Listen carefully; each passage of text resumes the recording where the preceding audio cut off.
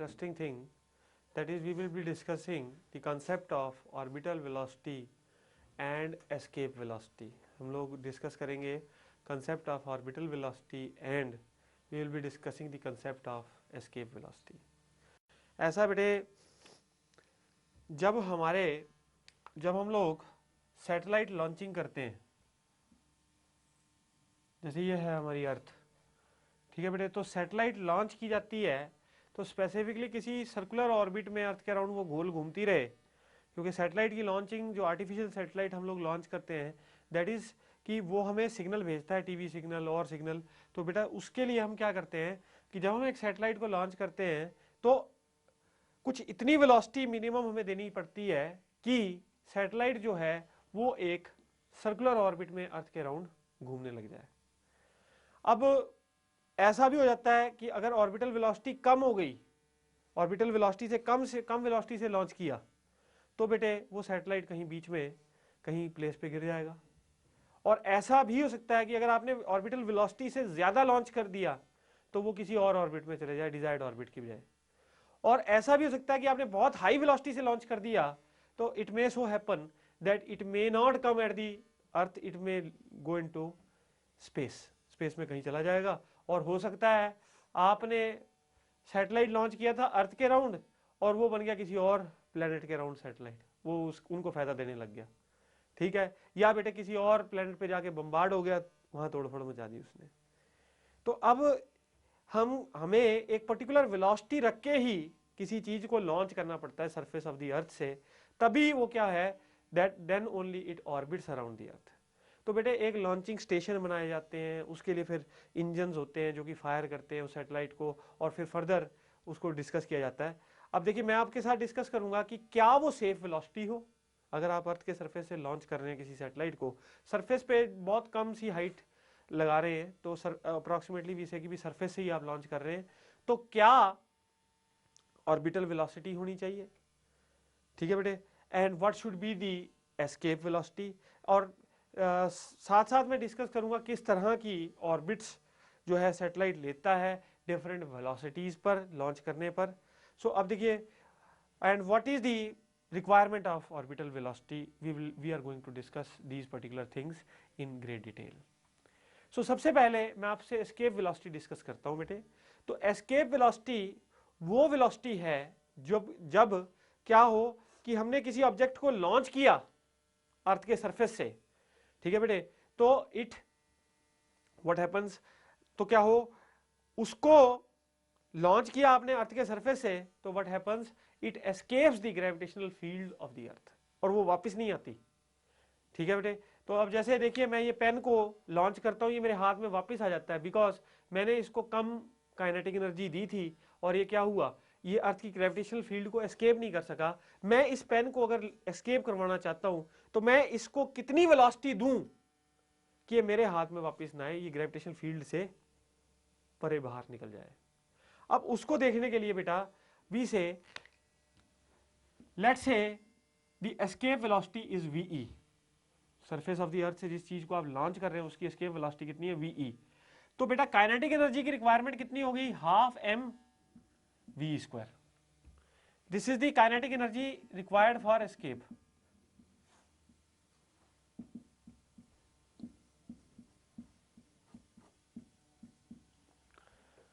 अब एस्केप का मतलब क्या हुआ कि सरफेस से वो कहां निकल जाए, बाहर। बाहर मतलब फील्ड के बाहर, मतलब इंफिनिटी पे, फील्ड के बाहर मतलब इंफिनिटी पे निकल जाए। तो अब इंफिनिटी पर निकालने के लिए what is the energy requirement, energy requirement is equal to change in potential energy. So बेटा देखिए, the amount of energy required, energy requirement for the satellite to escape to infinity, for the satellite to escape to infinity, that is equal to final minus initial। initial क्या हो गया, surface, सो बेटा final potential energy कितनी होगी, 0, और surface पे कितनी है, -GMM बाई कैपिटल आर। तो इसका मतलब है GMM बाई आर। यदि आप इतनी पोटेंशियल एनर्जी, इतनी काइनेटिक एनर्जी, इतनी काइनेटिक एनर्जी दे दोगे, तो जो आपका सैटेलाइट है जिसका मास m है, it will escape the gravitational field of the earth, it will escape from the gravitational field of the earth. So that will be the work done, that the kinetic energy that means half m into ve का square, that is equal to what, g into m by r. तो इसका मतलब escape velocity कितनी आ गई बेटे, root of gm by r, ये escape velocity आ गई। So escape velocity is equal to square root of gm by r। अब आप इस एक्सप्रेशन से देख सकते हैं, it depends upon mass of planet, it depends upon radius of the planet। अलग अलग प्लेनेट्स पे अगर आपने अपना सैटेलाइट लॉन्च करना है तो उसको एस्केप कराने के लिए you need different escape velocities. Earth पे एस्केप वेलोसिटी पाई गई है 11.1 किलोमीटर पर सेकेंड, अप्रोक्सीमेटली इतनी पाई गई है। अगर अर्थ के सरफेस से आपने एस्केप करवाना है तो आप mass of the earth substitute कर दो, यहाँ पे radius of the earth substitute कर दो, जी सब्स्टिट्यूट कर दो, so you will 2 GM by R, बेटे 2 GM बाय आर, क्यों, ये 2 का फैक्टर इधर चला जाएगा ना, 2 GM by R. So escape velocity is equal to root of 2 GM by R. तो ये क्या हो गया बेटे, क्या होगी, अगर आप 2 G की वैल्यू डाल दो, mass of earth 6 × 10⁻24, R 6400 kilometre, ये डाल दोगे तो you will find that the escape velocity is 11.1 kilometre per second. ठीक है बेटे, तो ये एस्केप वेलोसिटी का एक्सप्रेशन कितना, क्या किसके बराबर आ गया, root of 2 times GM by capital R, अगर आप सरफेस एस्केप करा रहे हो। अगर आप सरफेस एस्केप करा रहे हो, आपको ये बात पता है कि G जो होती है वो होती है GM बाई R स्क्वायर। तो इसका मतलब एस्केप वेलोसिटी कितनी होगी बेटे, एस्केप वेलोसिटी हो गई स्क्वायर रूट ऑफ, अब 2 टाइम्स GM की जगह GR स्क्वायर पुट कर सकते हो आप, यहां से देखो GM की जगह GR स्क्वायर, तो मैंने GR स्क्वायर पुट किया, एक R नीचे वाला कैंसिल हो गया, √2GR। तो escape velocity surface of the earth से कितनी होगी बेटे, 11.1 किलोमीटर पर सेकेंड। ये एस्केप वेलोसिटी हमने निकाली अर्थ के लिए। अगर आप बॉडी के लिए किसी हाइट, काफी अच्छी खासी हाइट से जाके फिर प्रोजेक्ट कर रहे हो बॉडी को, मतलब आपने बहुत अच्छा बड़ा लॉन्चिंग स्टेशन बना दिया अर्थ के सरफेस से काफी ऊंचा, और वहां से लॉन्च कर रहे हो, तो आपके सेंटर से कितनी दूरी पर हो, small r, where small r is equal to R + H, तब एस्केप वेलोसिटी बदल जाएगी बेटे, then the escape velocity will change, क्योंकि तब आपकी एनर्जी रिक्वायरमेंट भी बदल जाती है। अगर आपने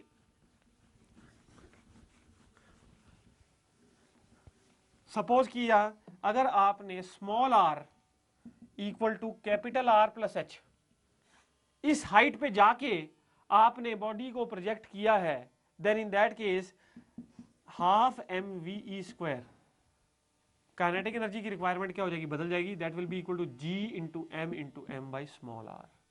In this particular case, the escape velocity will be equal to root of 2gm by small r। ठीक है बेटे, that will be equal to square root of 2gr square by क्या चीज बेटे, बाई, क्यों gm तो gr स्क्वायर के बराबर ही होगा, और बाई क्या चीज, r + h। In that particular situation, the escape velocity will be this much। अब ये तो हमने बात करी बेटे, we have talked about the escape velocity, और एक escape velocity from the surface of the earth, we have talked about this। Now अब हम लोग बात करेंगे बेटा ऑर्बिटल वेलोसिटी के बारे में। Now we will talk about orbital velocity। देखिए बेटा, अगर हमने कोई चीज, कोई satellite, if it is revolving in a circular orbit of radius small r about the earth, मतलब अगर आपके पास कोई सैटेलाइट है मास m का, and it is revolving around the earth in a radius small r, or h is the height above the surface of the earth, then small r is equal to r plus h. Small r is equal to r plus h. ठीक है बेटे, h is the height of the satellite from the surface of the earth. तो अगर हमारा r radius के orbit में satellite जो है वो गोल घूम रहा है, तो सैटेलाइट को गोल घूमने के लिए सेंट्रीपिटल फोर्स चाहिए. वो सेंट्रीपिटल फोर्स कौन प्रोवाइड कर रहा है? That centripetal force is provided by the earth. Earth वो सेंट्रीपिटल फोर्स प्रोवाइड, अर्थ की gravitational force of attraction satellite को क्या कर रही है? सेंट्रीपिटल फोर्स प्रोवाइड कर रही है. तो सेंट्रीपिटल फोर्स की रिक्वायरमेंट क्या हो जाती है बेटे? M v square by r, अगर r is the radius of the circular orbit. तो m v not square by r, अगर मैं m v not square by r कर दूं, ये क्या हो जाता है बेटे? ये वेलोसिटी कौन सी होगी? Orbital velocity. M v not square by are, ये क्या है? Centripetal force. ये किसके कारण मिलेगी? Gravitational force between the earth and the satellite. तो that will be equal to g into m into small m by क्या चीज? R square. सो बेटा इसका मतलब क्या हुआ? ऑर्बिटल वेलोसिटी कितनी हो गई? That will be equal to root G into M by r. Suppose that the satellite is revolving very close to the earth, very close to the surface of the earth. अगर हमारा satellite अर्थ के बिल्कुल नजदीक गोल घूम रहा है, काफी नजदीक गोल घूम रहा है, तो we can say that small r is approximately equal to radius of the earth. In that particular situation, v orbital will be equal to gm by capital R. ऐसे सैटेलाइट के लिए पाया गया है कि orbital speed is approximately 8 kilometre per second. जो satellite बहुत नजदीक सर्कुलर और मतलब बहुत नजदीक सरफेस ऑफ अर्थ के और सर्कुलर ऑर्बिट में गोल घूम रहा है, उसके लिए ऑर्बिटल स्पीड अर्थ के केस में पाई गई है 8 किलोमीटर पर सेकेंड. और एस्केप वेलोसिटी मैंने आपको बताया था, it is 11 kilometre per second. अगर ऐसे सैटेलाइट का हम कंपैरिजन रखें तो देखिए बेटा, escape velocity is equal to root 2 times the orbital velocity. Escape velocity ज्यादा है ऑर्बिटल वेलोसिटी के मुकाबले. अब हम सिचुएशंस डिस्कस करेंगे, we will be discussing different situations कि हम क्या क्या किस किस तरह की पॉसिबिलिटी बन सकती है. ठीक है बेटे, वो डिस्कस करूंगा. ये क्लियर हुआ आपको पहले? अब देखिए,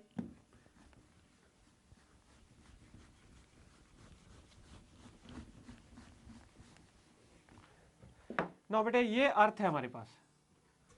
इंडिया वालों ने सोचा कि हम एक सैटेलाइट लॉन्च करें. बेटे सैटेलाइट की स्पीड यहां से लॉन्चिंग स्टेशन बना दिया, ठीक है बेटे, और लॉन्च करना शुरू करा. स्पीड कम दे दी, क्या हुआ? पाकिस्तान पे जाके गिर गया, सैटेलाइट पाकिस्तान पे गिर गया. अगली बार साइंटिस्टों की टीम बनी, करोड़ों रुपए का नुकसान हो गया बेटे. अगली बार साइंटिस्टों की टीम बनी, उन्होंने थोड़ी सी वेलोसिटी और ज्यादा कर दी, ठीक है, तो क्या हुआ? वो कहीं और जाके किसी और देश पे जाके गिर पड़ा, मे बी अमेरिका पे जाके गिर पड़ा. फिर क्या हुआ? फिर बेटे साइंटिस्टों को जोश आया, उन्होंने और वेलोसिटी कर दी, बहुत ज्यादा वेलोसिटी कर दी, यानी कि ग्रेटर देन ऑर्बिटल वेलोसिटी से लॉन्च कर दिया, but less than escape velocity. Greater than orbital velocity but less than escape velocity से लॉन्च कर दिया. तो क्या पाया? ओहो, ये तो सैटेलाइट तो गोल घूमने लग पड़ा, लेकिन सर्कुलर ऑर्बिट में नहीं, एलिप्टिकल ऑर्बिट में. अगर आप सैटेलाइट को लॉन्च कर देते हो with a velocity greater than orbital velocity but less than escape velocity, then the satellite will not leave the gravitational field of the earth, but वो क्या करेगा? एक एलिप्टिकल ऑर्बिट में एलिप्टिकल पाथ फॉलो करेगा. अगर ऑर्बिटल वेलोसिटी से launch करते हो तो सर्कुलर ऑर्बिट में आ जाएगा. एस्केप वेलोसिटी से लॉन्च करते हो तो वो अर्थ की ग्रेविटेशनल फील्ड से बाहर निकल जाएगा, अर्थ की ग्रेविटेशन फील्ड से बाहर निकल जाएगा. यही पर्टिकुलर केसेस इसमें बनते हैं बेटे, ऑर्बिटल वेलोसिटी और एस्केप वेलोसिटी के कांसेप्ट में. नाउ अब हमने एक सैटेलाइट को लॉन्च कर दिया है, अब हम उसके डिफरेंट पैरामीटर्स, डिफरेंट उसके साथ लिंक्ड चीजें पढ़ेंगे डिटेल में. तो अब देखिए बेटा, एक सैटेलाइट ऑर्बिट में गोल घूम रहा है, ये अर्थ है, इसका मास m है और इसका रेडियस r है. Now at this is a satellite which is revolving in a circular orbit of radius r.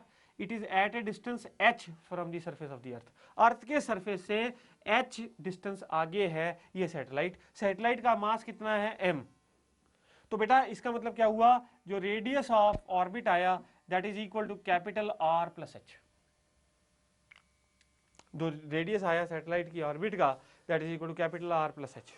अब देखिए बेटा, अब हम इस सैटेलाइट के लिए इसका टाइम पीरियड निकालना चाहते हैं, टाइम पीरियड ऑफ रेवोल्यूशन निकालना चाहते हैं, इस सैटेलाइट की एनर्जी निकालना चाहते हैं जो ये पोजेस करेगा इन दी ऑर्बिट. ऑर्बिट में क्या एनर्जी ये पोजेस कर रहा है ये निकालना चाह रहे हैं.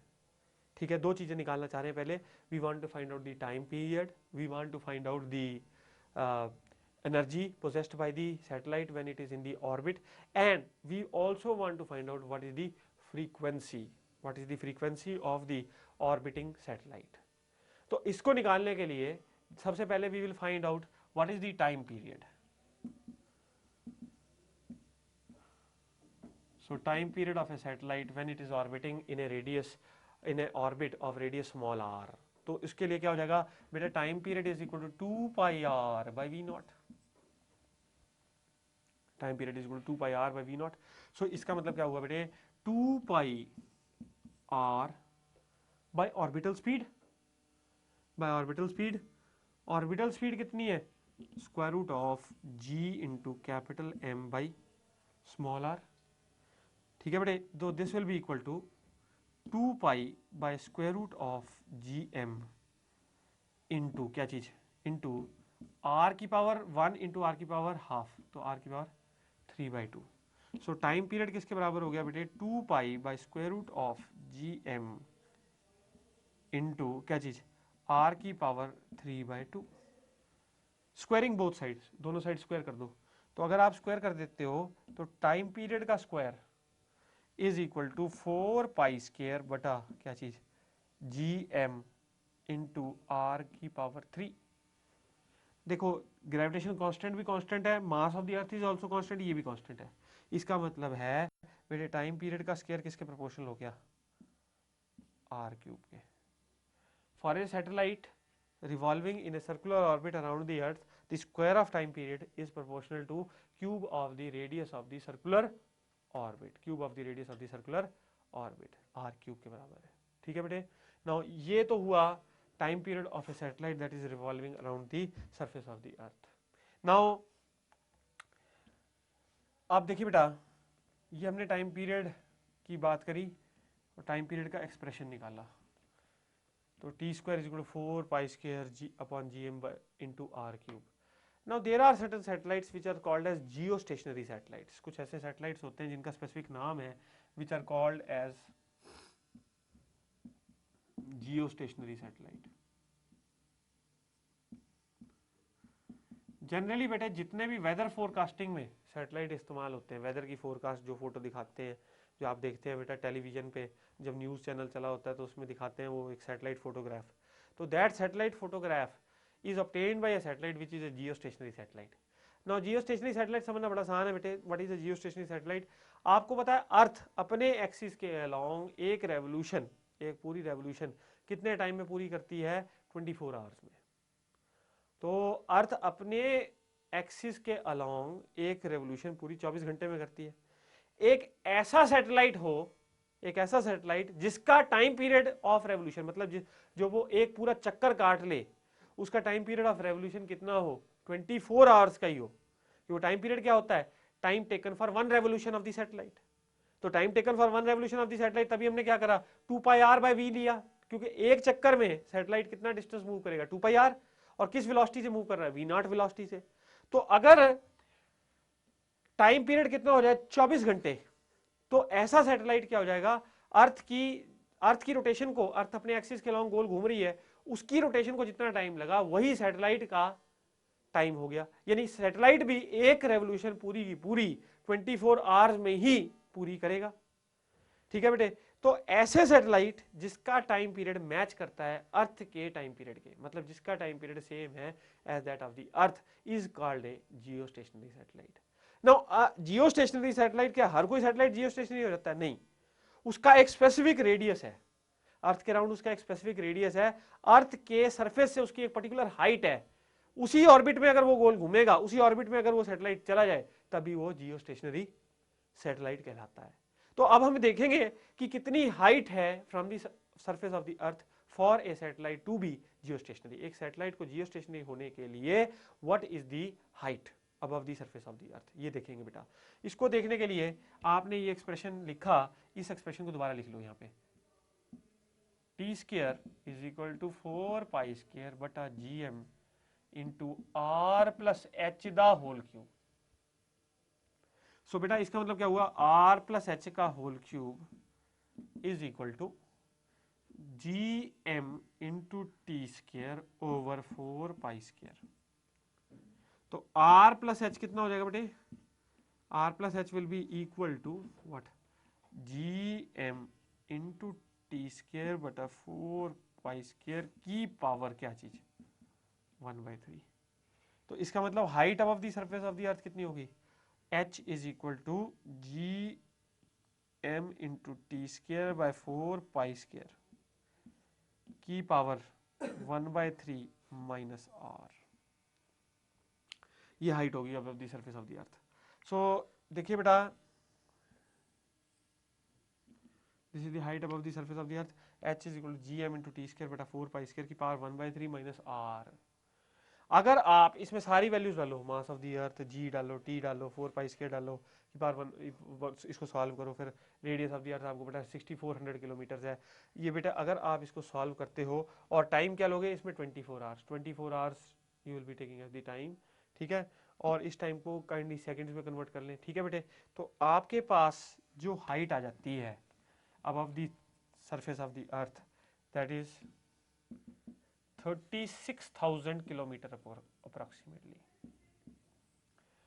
यानी कि अगर आप अर्थ के सरफेस से 36,000 किलोमीटर हाइट पे कोई ऑर्बिट है, यानी कि ऑर्बिट का रेडियस हो जाएगा 36,000 प्लस 6400, इतने किलोमीटर का रेडियस जो होगा, सर्कुलर ऑर्बिट होगी, उसमें जो भी सैटेलाइट जाएगा that is called a geostationary satellite. वो सैटेलाइट कैसा होगा, जियो stationery.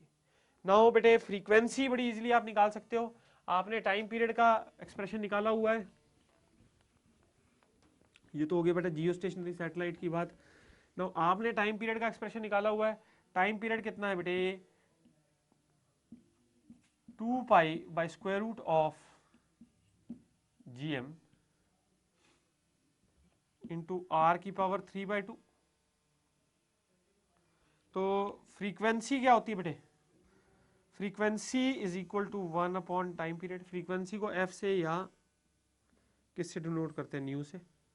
So that is equal to what, root of ji M upon 2 pi into r की power 3/2।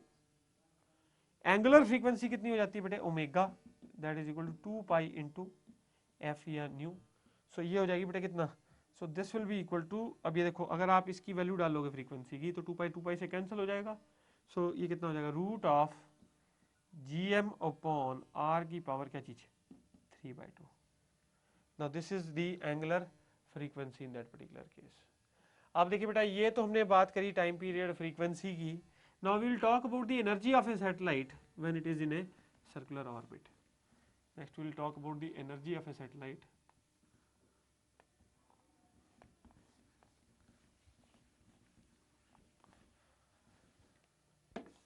Now we will talk about the energy of a satellite in a circular orbit. Now energy of a satellite in a circular orbit, देखिए बेटा energy निकालना चाहेंगे अब हम। Now energy क्या क्या होगी, एक तो बेटा जो सैटेलाइट है हमारा वो ग्रेविटेशनल फील्ड में है, अर्थ की ग्रेविटी में है, तो इसके पास पोटेंशियल एनर्जी भी होगी बिकॉज इसकी पोजीशन कैसी है, अर्थ की फील्ड में है। दूसरा इसके पास काइनेटिक एनर्जी भी होगी, क्यों, क्योंकि it is having some velocity, it is moving. तो दो एनर्जीज हैं, one is potential energy and other is kinetic energy. Suppose the radius of the circular orbit is small r, then what will be the potential energy and what will be the kinetic energy, so we can calculate what will be the total energy। अब हम total energy निकाल लेंगे, ठीक है बेटे। तो total energy निकालने के लिए पोटेंशियल एनर्जी कितनी हो जाएगी बेटा, potential energy of the satellite that will be equal to minus G M into m minus G M m by small r. ये हमने देखा ही बेटा पोटेंशियल एनर्जी ये होती है। पोटेंशियल एनर्जी क्या होती है, अगर अर्थ के सेंटर से कितनी दूरी पर, आर दूरी पर है, तो potential energy minus G M m by two G M m by r. अच्छा काइनेटिक एनर्जी क्या हो जाती है बेटे, हाफ एम इंटू वेलोसिटी का स्क्वायर। वेलोसिटी कौन सी है इस पर, ऑर्बिटल वेलोसिटी का स्क्वायर। तो ये कितना हो जाएगा, half into m, orbital velocity होती है बेटे root of G M by small r इसका स्क्वायर। ये किसके बराबर हो जाएगा बेटे, this will be equal to g into m into small m by two r. This will equal g into m into small m by two r. ये क्या होगी, this is kinetic energy of the satellite revolving around the earth. सो इसका मतलब total energy किसके बराबर हो जाएगी बेटा, total energy will be equal to sum of potential energy plus क्या चीज, kinetic energy. So potential energy plus kinetic energy कितनी होगी बेटे, potential energy G M m by r minus G M m by r और ये G M m by two r. तो total energy कितनी होगी, minus G M m by r plus G M m by two are total energy होगी। तो ये total energy किसके बराबर हो जाएगी बेटे, this total energy will be equal to minus g into m by 2r minus g into m by 2r. This is the total energy possessed by a satellite when revolving in a circular orbit. Now next is there is something called as binding energy of a satellite. There is something called as binding energy of a satellite. Now बेटे binding energy of a satellite किसके बराबर होती है,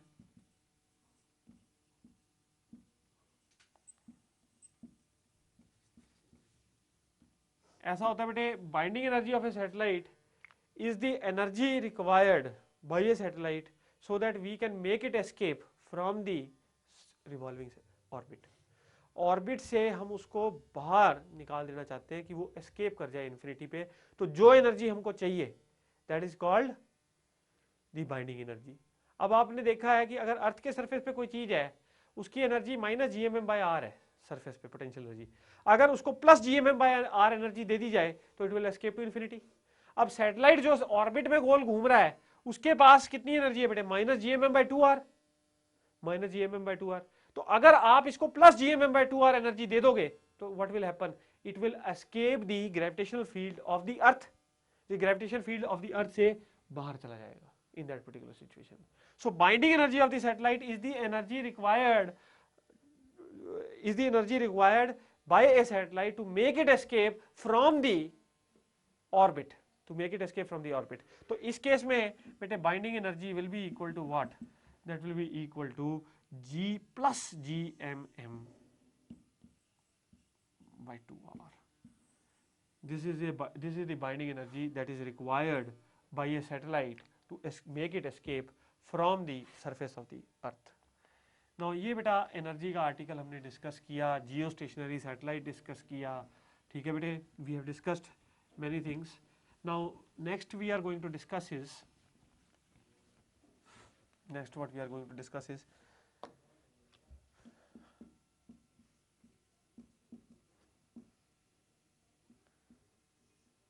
Kepler's laws of planetary motion.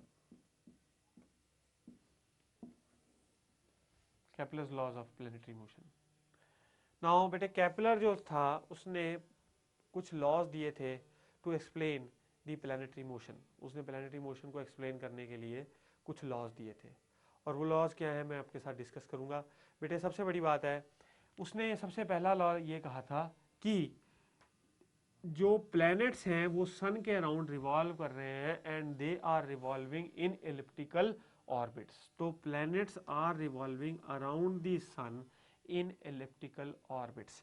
सो बेटा देखिए ये हमने sun को, and sun is placed at the focus, तो प्लैनेट्स ऐसे रिवॉल्व कर रहे हैं और सन कहाँ पे प्लेस्ड है, फोकस पे, और ऑर्बिट्स कैसी हैं, elliptical.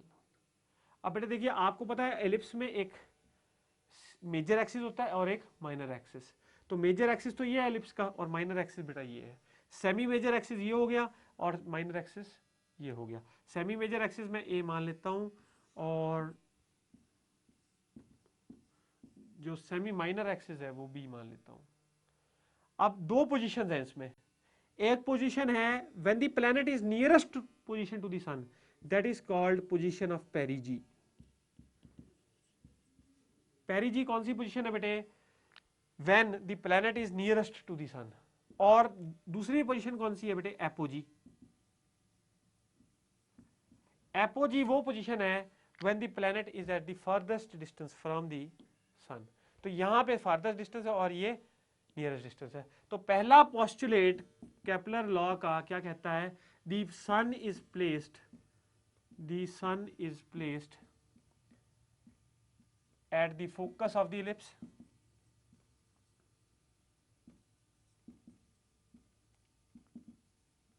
and the planets are revolving in elliptical orbits.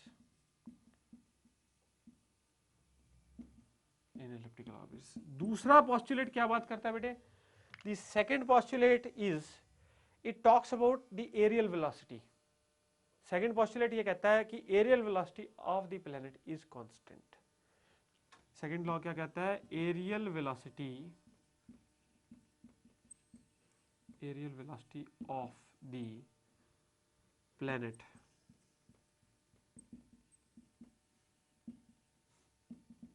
is constant. यानी कि जो area travelled per unit time is fixed. अगर एक प्लेनेट यहां से यहां जा रहा है तो वो ये एरिया ट्रेवल कर रहा है, ठीक है बेटे। अब वो नियर आता है ना तो उसकी वेलोसिटी क्या हो जाती है? बढ़ जाती है। जैसे सन के पास आया the velocity tends to increase, sun से दूर है वेलोसिटी घटती है, वेलोसिटी कम होती है। तो बेटा वो एरिया यहाँ पे ज़्यादा ट्रेवल करेगा उतने ही टाइम में एरिया सेम रखना है। तो ये अगर नज़दीक में अगर वेलोसिटी बढ़ जाती है तो नेचुरली वो ज़्यादा तेज चलेगा। तो ये क्या है? ये क्योंकि छोटा बनेगा सेक्टर तो इसलिए क्या है, यहाँ पे वो ज़्यादा डिस्टेंस चल जाएगा लीनियरली। यहाँ पे वो लीनियरली चला A to B, यहाँ पे वो लीनियरली चला सेम टाइम में C to D। लेकिन ये जो एरिया है SCD और SAB, ये दोनों एरिया कैसे हैं? सेम है बेटे। Aerial velocity is constant. Second law ये कहता है so that is dA/dt is a constant. Now we can prove this dA/dt as a constant. इसको हम प्रूव भी कर सकते हैं that aerial velocity of a planet is constant. ये कैसे प्रूव कर सकते हैं बेटा आप कि एरियल वेलोसिटी फिक्स्ड है, एरियल वेलोसिटी कांस्टेंट है? सो उसको प्रूव करने के लिए we use conservation of angular momentum. तो कोई एक्सटर्नल फोर्स तो है नहीं, तो इसका मतलब L is equal to mvr is equal to constant. That means to say that the angular velocity is constant. Now what we will do is हम aerial velocity को constant prove करेंगे using this angular momentum as constant.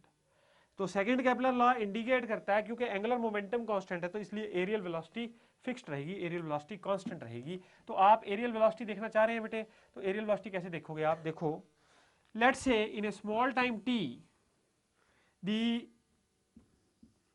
length moved by the from A to B, the linear distance moved is L and the angle traveled is theta and the angle moved is theta। ठीक है बेटे, angle moved is theta. तो अब आप ये देखिए, no length of arc, अगर ये हम r मान लें सन से, ये पोजीशन जो डिस्टेंस है ये r मान लें, तो length of arc is equal to radius into angle turn, L is equal to r into theta. So देखिए बेटा, एरिया क्या होता है? Area of triangle is half into base into height, half into base into height. तो base कितना हो गया बेटे? Half into base into height. अब देखिए, अगर ये बहुत नजदीक हमने डिस्टेंस माना है, then the time will be very small dt। अगर आपने बहुत नजदीक माना है तो ये एक लाइन का काम करेगा और ये उसका परपेंडिकुलर हो जाएगा, r distance will be perpendicular. तो आप देखिए बेस कितना हो गया बेटे? बेस कितना हो गया? Base in that case is equal to half into L into base ये हो गया, ठीक है बेटे, इनटू क्या चीज, हाइट। हाइट किसके बराबर होगी, आर के बराबर। Half into base into height, तो बेस कितना हो गया, एल के बराबर, और हाइट क्या हो जाएगी, क्योंकि this is a very big triangle, ठीक है बेटे, तो हमने क्या है बहुत छोटा सा ए और बी बहुत नजदीक माने, तो this will behave as a line. तो in that case area of the triangle will be half base into height, that is half into L into r. तो अब आप देखिए बेटा,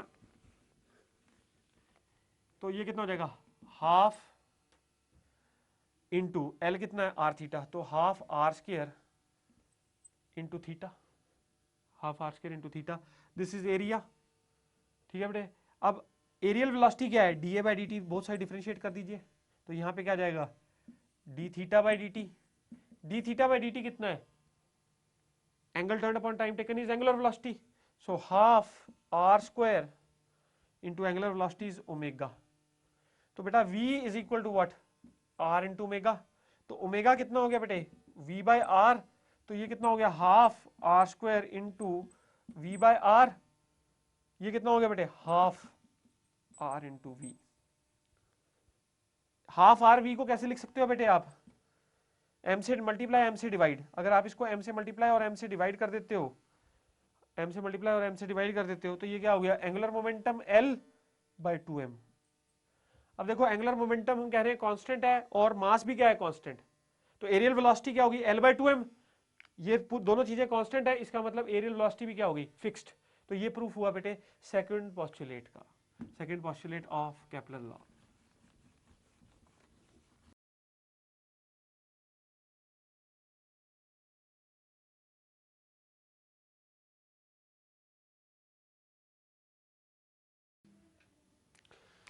Now Kepler's laws of planetary motion, ये हमने discuss किया था। इसमें देखिए बेटा, Kepler's laws of planetary motion में we have discussed first Kepler law, that is the planets are revolving in elliptical orbits,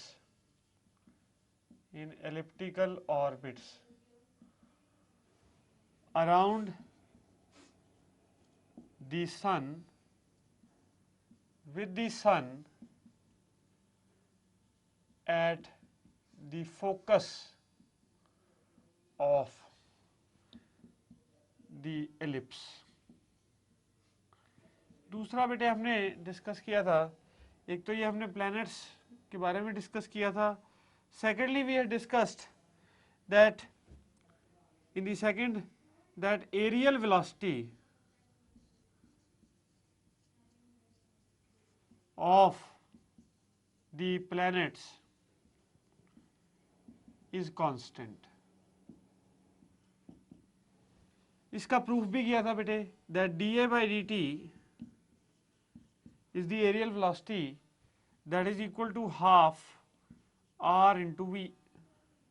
ये डिस्कस किया था बेटे, dA by dt is equal to half r into v। now that is equal to L by 2m, that is angular velocity over twice mass। now ये था areal velocity पे हमारा article कि aerial velocity fixed रहती है, which is proved upon the conservation of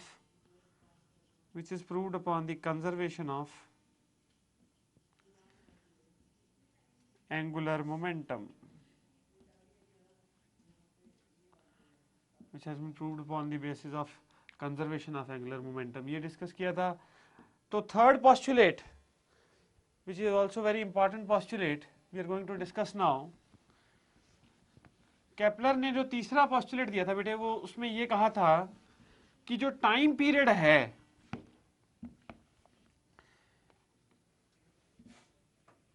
the time period of a planet in a elliptical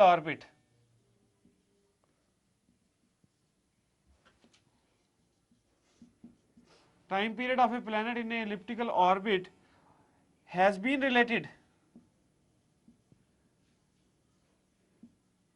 to the semi major axis, to the semi major axis of the ellipse. तो इस third postulate में ये कहा गया था कि बेटा square of time period is directly proportional to the cube of the semi major axis of the ellipse. ये डिस्कस किया गया था बेटे थर्ड पॉस्टुलेट में. सो देखिए ये हमने रिजल्ट पहले भी प्रूव किया था. टाइम पीरियड जो है that was equal to 2 pi over square root of gm into r की power 3/2. This was for a circular orbit. तो यहां पे हमारी ऑर्बिट कैसी है बेटा? एलिप्टिकल ऑर्बिट है. तो that is why what we have taken is we have taken the semi major axis of the ellipse. We have not taken the radius of the circular path, we have taken the semi major axis of the ellipse. So ये हमने note किया था बेटा last class में, ये वाला expression derive किया था. तो इसी एक्सप्रेशन को यूज किया गया है केपलर के थर्ड पॉस्टुलेट में. केपलर ने कहा था कि जो स्क्वायर ऑफ टाइम पीरियड है, time period is the time taken by the satellite by the planet to revolve one complete revolution. एक पूरी रेवोल्यूशन करने के लिए जो टाइम लगता है that is called time period.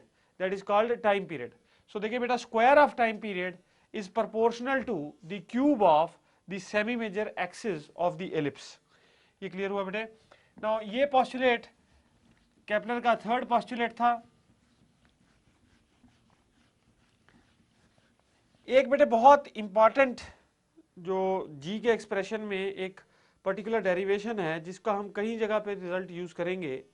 देखो बेटा जी जो है एक्सेलरेशन ड्यू टू ग्रेविटी, उसको हमने एक्सप्रेस किया था gm by r square on the surface of the earth.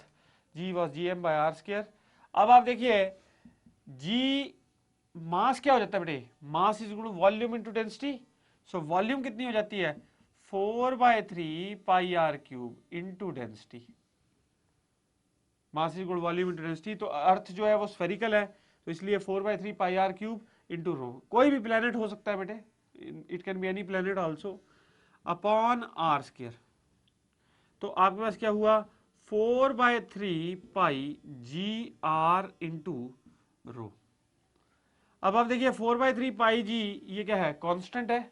तो इसका मतलब है जी की प्रोपोर्शनैलिटी किसके आ गई बेटे? It depends upon the radius, product of radius and the density of the planet. So अगर डिफरेंट प्लेनेट पे जाएंगे तो उसका डेंसिटी भी अलग होगा. अगर आपको डेंसिटी दे रखा है तो we use this relation for calculation of g. So g is equal to r into rho. और बेटे g1 by g2 अगर आप डिफरेंट प्लैनेट्स की कंपैरिजन करना चाहते हैं एक्सेलरेशन ड्यू टू ग्रेविटी का, so g1 by g2 is equal to r1 rho 1 by r2 into rho 2. g1 by g2 is equal to r1 into rho 1 by r2 into rho 2. So ये बेटे हमने complete कर दिया theory. जितनी भी discussion थी, we have completed the discussion of gravitation.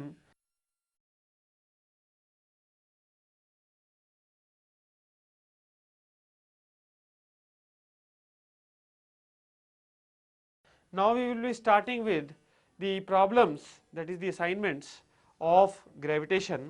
So देखिए बेटा assignments में पहला क्वेश्चन देखिएगा बेटा. First question of your assignment. हाँ जी. If the change in value of g at a height h above the surface of the earth is the same as at a depth x below it, when both x and h are much smaller than the radius of the earth, then.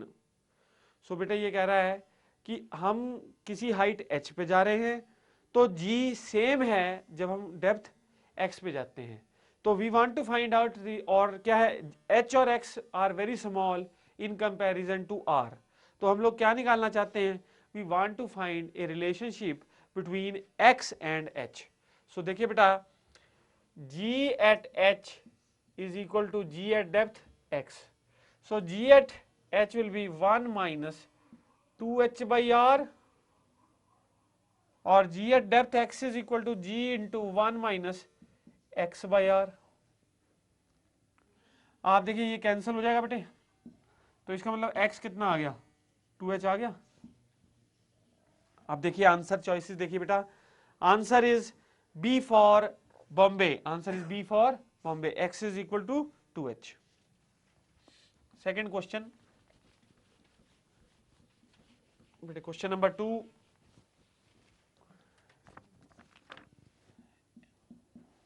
FG and FE represent the gravitational and electrostatic forces between, respectively between two electrons situated at a distance of 10 centimeters.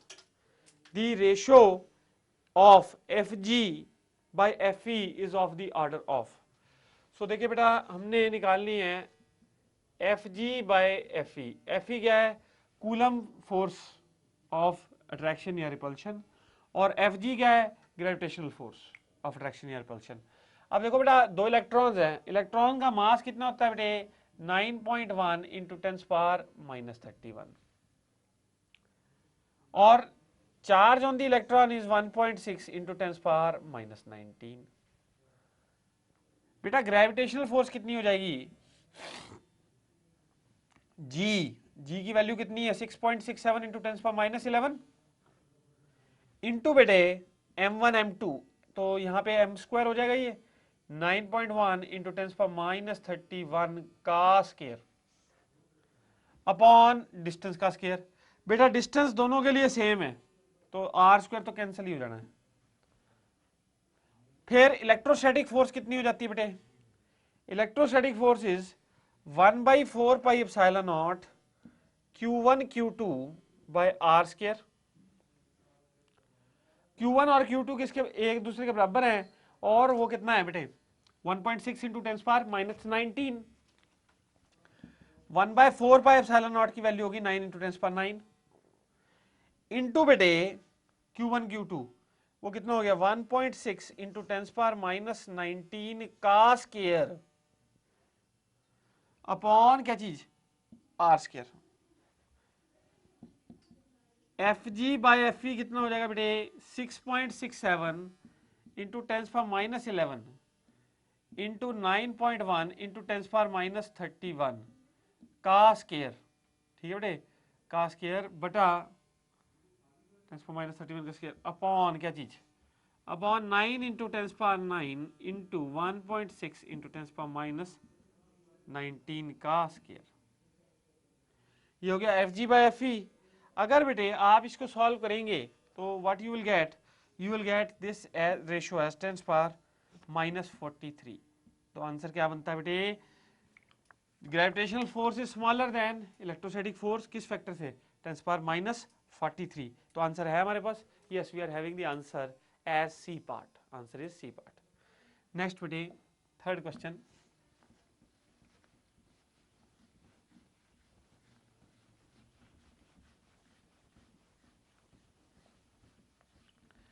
question number 3,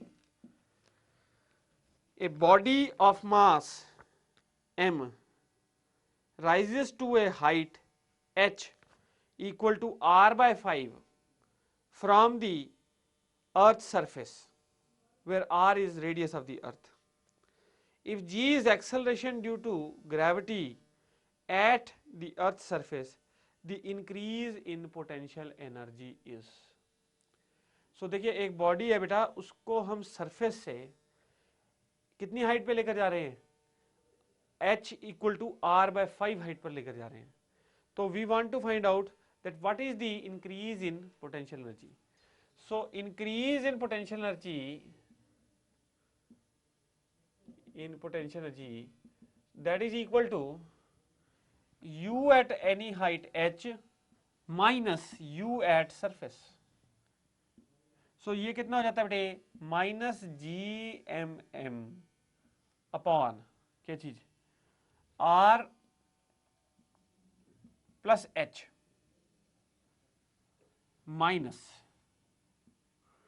minus Gmm/r, ये surface पे बेटे ये increase हुआ potential energy का, this will be equal to Gmm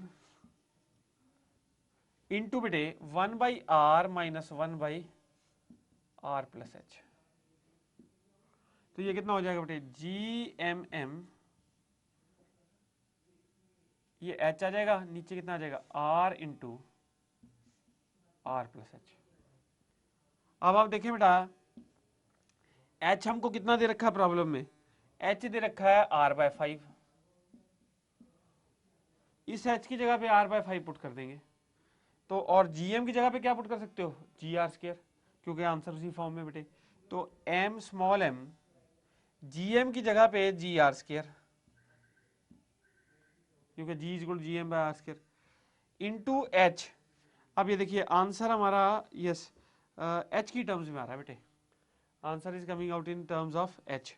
तो इसलिए अब हम क्या करेंगे, इसको h को रिटेन रखेंगे अपॉन क्या जी बेटे, एक r कैंसिल कर लो, ये r कैंसिल हो गया, नीचे क्या रह गया r plus h, h over M जी R into H over r plus h। तो बेटा r किसके बराबर हो जाएगा 5h के बराबर, r can be written 5h, क्योंकि आंसर हमारा h की टर्म्स में आ रहा है, तो r को लिख लो 5h, सब्स्टिट्यूट कर दो बेटे mg into 5h, mg into 5h into h over 5h plus h 6h बेटे, कितना हो गया 5/6 mgh, answer is 5/6 mgh, answer is C part, answer becomes C part. Next question देखेंगे बेटा, फोर्थ क्वेश्चन।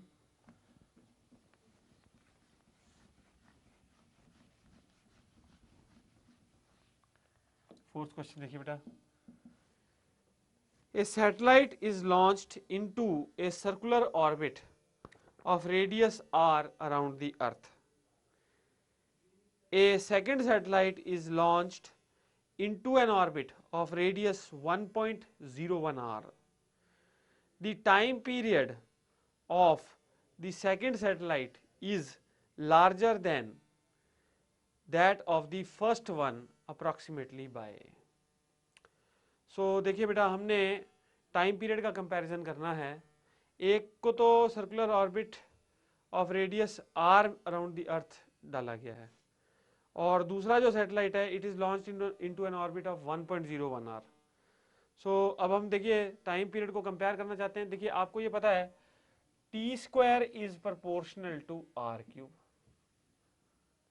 और बेटे t' का स्क्वायर किसके प्रोपोर्शनल हो जाएगा 1.01 r के क्यूब के। नाउ देखिए बेटा अब t² t is proportional to r की पावर 3/2 और t' is proportional to 1.01 r की पावर 3/2। तो t' over t is equal to, divide कर दिया बेटा हमने, t' over t is equal to 1.01 की पावर 3/2। सो ये हो गया, इसको बेटा कैसे लिख सकते हो 1 प्लस 0.01 की पावर 3/2, ये 1 प्लस एक्स की पावर n, इसको लिखा जा सकता है 1 प्लस एन एक्स, ये लिख सकते हो आप 1 प्लस 3/2 इंटू 0.01।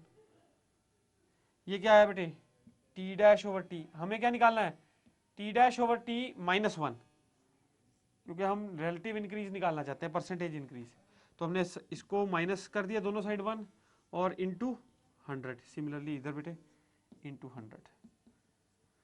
तो कितना आ गया परसेंटेज, देखिए ये तो 1 और 1 तो कैंसिल हो गया, इधर कितना हो जाएगा, ये हो गया बेटे 100 इंटू 0.01 विल बी 1, तो आपके पास क्या बचा 3/2 यानी 1.5%। तो इसका टाइम पीरियड, सेकेंड सैटेलाइट का टाइम पीरियड पहले वाले से 1.5% जो है ज्यादा है, इट इज लार्जर बाय 1.5%। ठीक है बेटे। नेक्स्ट फिफ्थ क्वेश्चन, तो इसका आंसर क्या बना बेटे? Answer is B for Bombay, fourth का। नेक्स्ट फिफ्थ क्वेश्चन देखिए, a satellite of mass m is revolving round the earth at a height r above the surface of the earth. If g is the gravitational intensity at the earth's surface and r is the radius of the earth, the kinetic energy of the satellite will be. So देखिए बेटा, एक satellite है which is revolving at a height r above the surface of the earth. तो अब हम क्या निकालना चाह रहे हैं? g जो है वो ग्रेविटेशनल इंटेंसिटी है at the surface of the earth and r is radius of the earth. तो kinetic energy of the satellite will be, kinetic energy of satellite is equal to half m v orbital का square.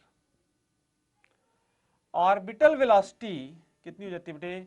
Orbital velocity होती है root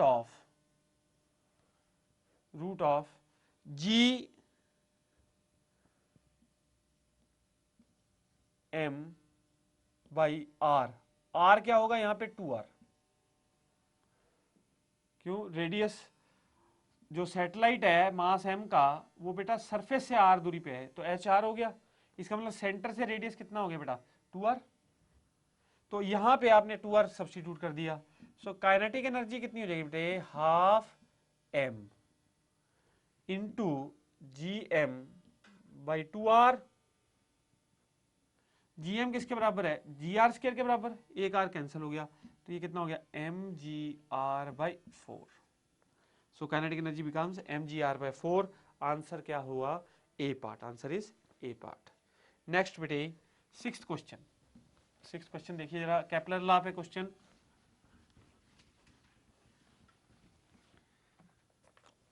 sixth question क्या कह रहा है बेटे?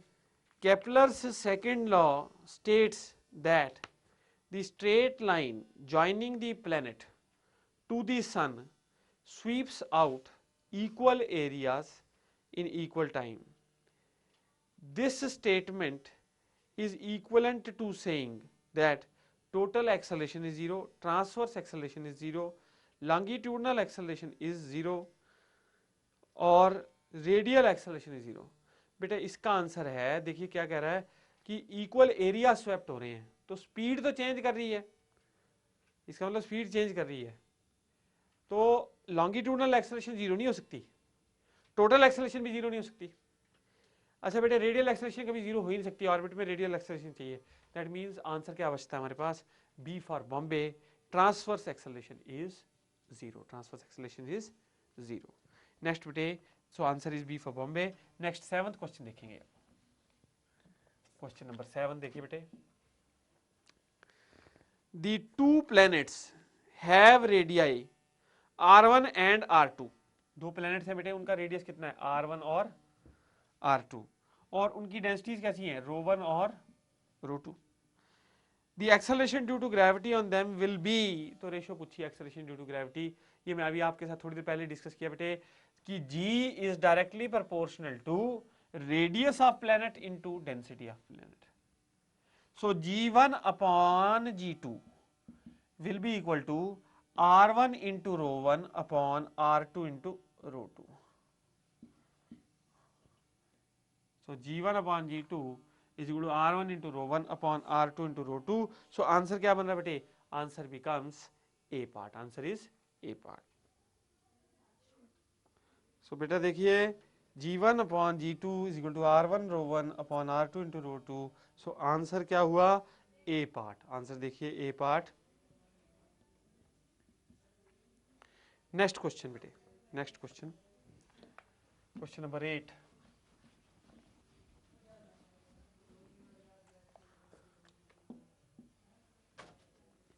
The kinetic energy needed to make a body move on to infinity from the surface of the earth. देखिए बेटा हम कहाँ से लेके जाना चाहते हैं? सरफेस से इन्फिनिटी तक एस्केप करवाना चाहते हैं बॉडी को. तो एनर्जी कितनी चाहिए? Gmm by r. इतनी एनर्जी अगर मिल जाए तो body will escape to infinity. अब आप देखिए बेटा gm किसके बराबर है, g into R square into M by R, कितना हो गया एनर्जी रिक्वायरमेंट होगी mg into R, answer becomes A part, answer is A part. Next बेटे क्वेश्चन नंबर 9th,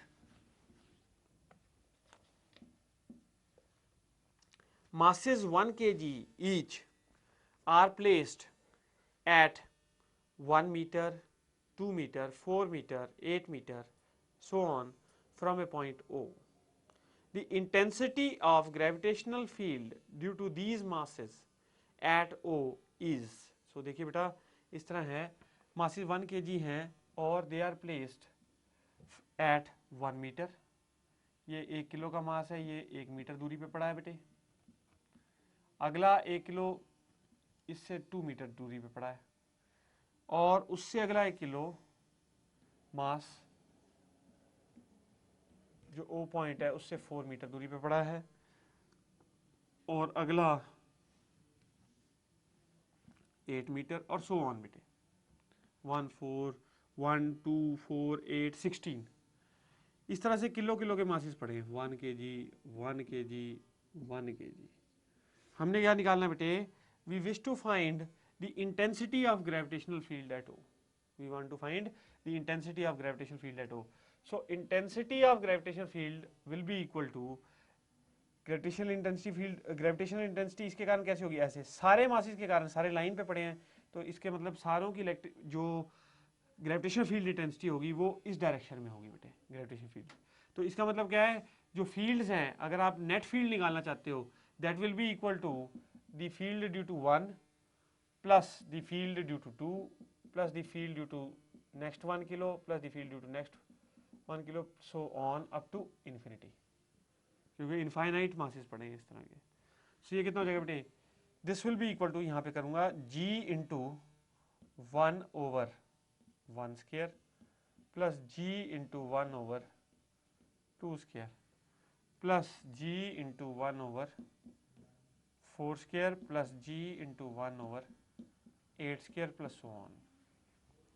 तो ये कितना आ गया बेटे, g कॉमन अंदर क्या आया, 1 plus 1/4 plus 1/16 plus 1/64 plus so on.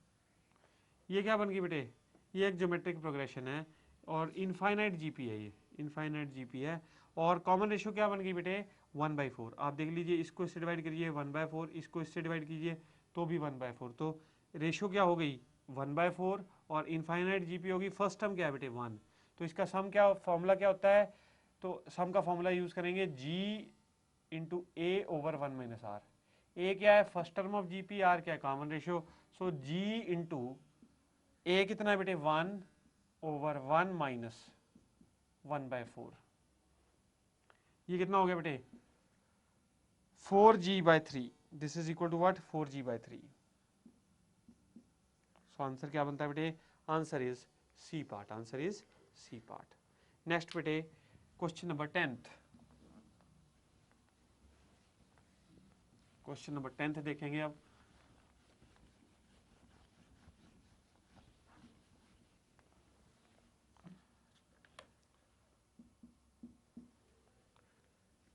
The escape velocity from the earth is about 11 km per second. The escape velocity from a planet having twice the radius and same mean density will be, तो देखिए radius क्या कर दिया twice, और density कैसी रखी बेटे same. सो हमें से पूछ रहा है कि now what will be the escape velocity. तो एस्केप वेलोसिटी का एक्सप्रेशन आपको पता है बेटे, escape velocity is equal to square root of 2 times gm/r।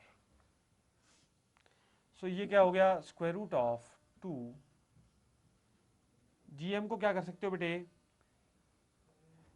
इसको तो g लिख दिया आपने, और मास को लिख सकते हो बेटे 4/3 पाई r³ into density upon r।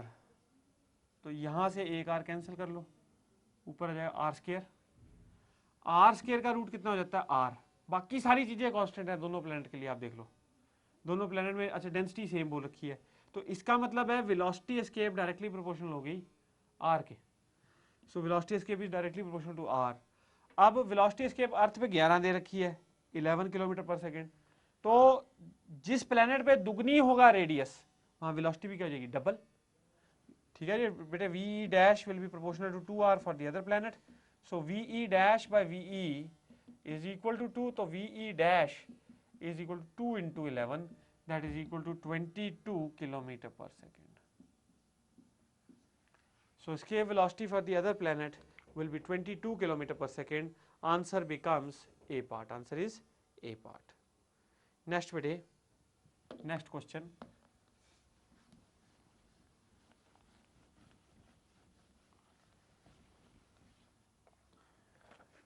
Next question देखिए बेटे, 11th question. An Earth satellite is moved from one stable circular orbits to a further stable circular orbit. Which one of the following quantities increases? बेटे एक satellite को हमने कहाँ से कहाँ ले गए, 11th क्वेश्चन में एक सैटेलाइट को हम लोग एक ऑर्बिट से बाहर की ऑर्बिट में ले गए। सो बेटे क्या चीज इंक्रीज करी, लीनियर ऑर्बिटल स्पीड नहीं, स्टेशनरी ऑर्बिट है बेटे वो तो चेंज ही नहीं हो रही, ग्रेविटेशन फोर्स ये भी नहीं चेंज हो रही, ठीक इंक्रीज नहीं हो रही बेटे, डिक्रीज हो रही है। तो सेंट्रीपिटल एक्सेलरेशन, सेंट्रीपिटल एक्सेलरेशन होती है v²/r, ठीक है बेटे। अब ये स्टेबल ऑर्बिट है तो सेंट्रीपिटल एक्सेलरेशन भी चेंज नहीं हो रही, तो आंसर क्या बनेगा, ग्रेविटेशनल पोटेंशियल एनर्जी जो है वो इंक्रीज हो जाएगी। आंसर बना बेटा D for Delhi, answer is D for Delhi. Next question बेटे, 12th क्वेश्चन,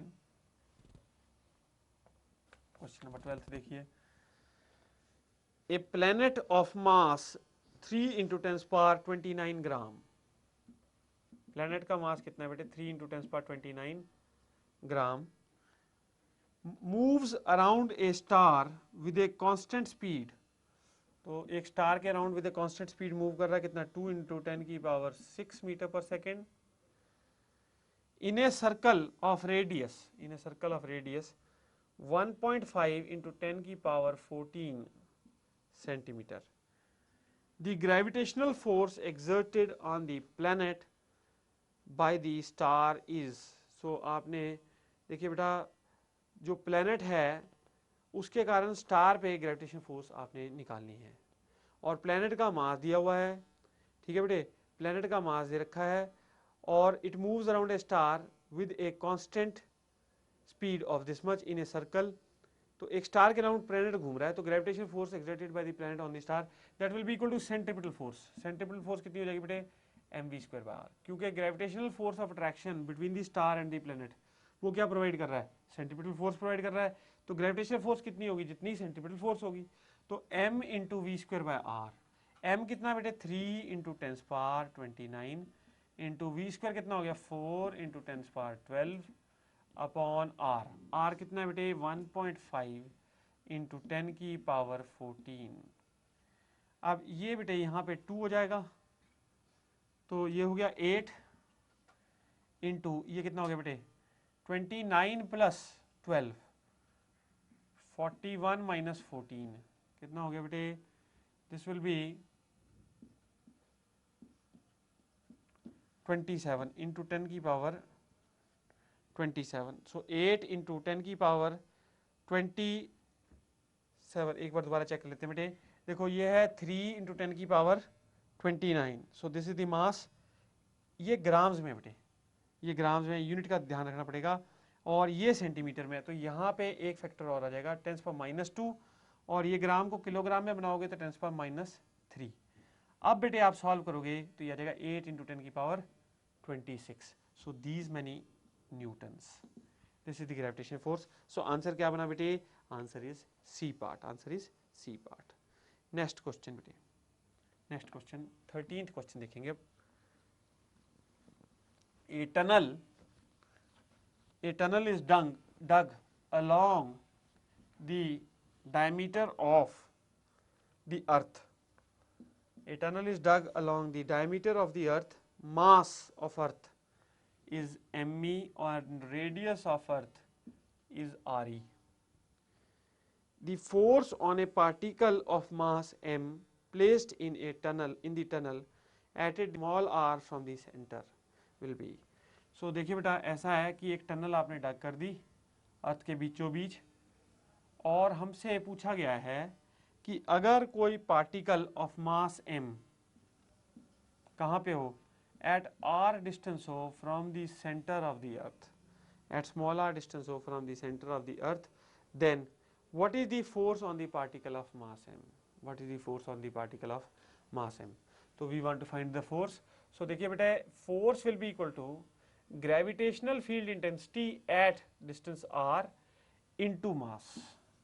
So ये हमने एक्सप्रेशन वर्कआउट किया था बेटे, तो वो क्या था एक्सप्रेशन, GME by RE का cube into small r into mass, ये क्या हो जाएगा बेटे, this will be the force, क्योंकि gravitation field intensity inside a solid sphere का एक्सप्रेशन यूज किया जो मैंने आपको पहले बताया था, तो उस एक्सप्रेशन को हमने यूज करके ये आंसर देख, अब आंसर चेक कीजिए, आंसर कौन सा बन रहा है बेटे, answer is A part, answer is A part.